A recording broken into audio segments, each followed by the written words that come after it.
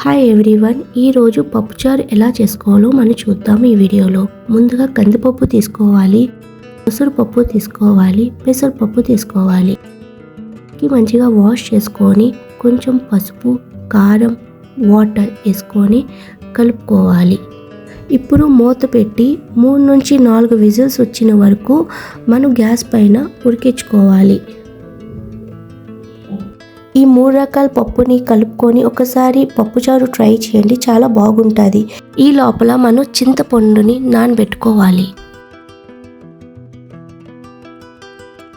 పప్పుచారుకి కావాల్సిన ముక్కలు మనకి రెడీ అయిపోయింది.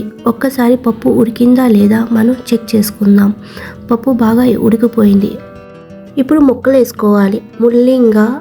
ముల్లంకాయ, పచ్చిమిర్చి, క్యారెట్, ఉల్లిపాయ, బెండకాయ, ఆనపకాయ, టొమాటో,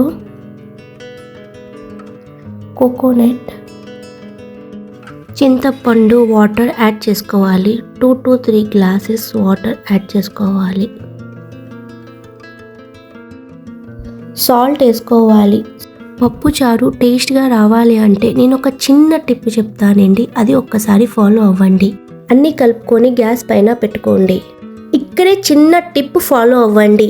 పప్పుచారు పైన మూత పెట్టి మొత్తం బాయిల్ చేయండి. ఇలా చేస్తే ముక్కలకి ఉప్పు, కారము, పులుపు అన్ని రకాలు మంచిగా పడుతుంది. ముక్క కూడా మెత్తగా అవ్వకుండా గట్టిగా ఉంటుంది. పప్పుచారులో ముక్కలు మెత్తగా అయ్యే వరకు ఈ ప్రాసెస్ని ఫాలో అవ్వండి.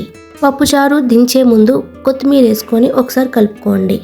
ఇప్పుడు పప్పుచారులో పోపు ఎలా వేసుకుందామో చూద్దాము.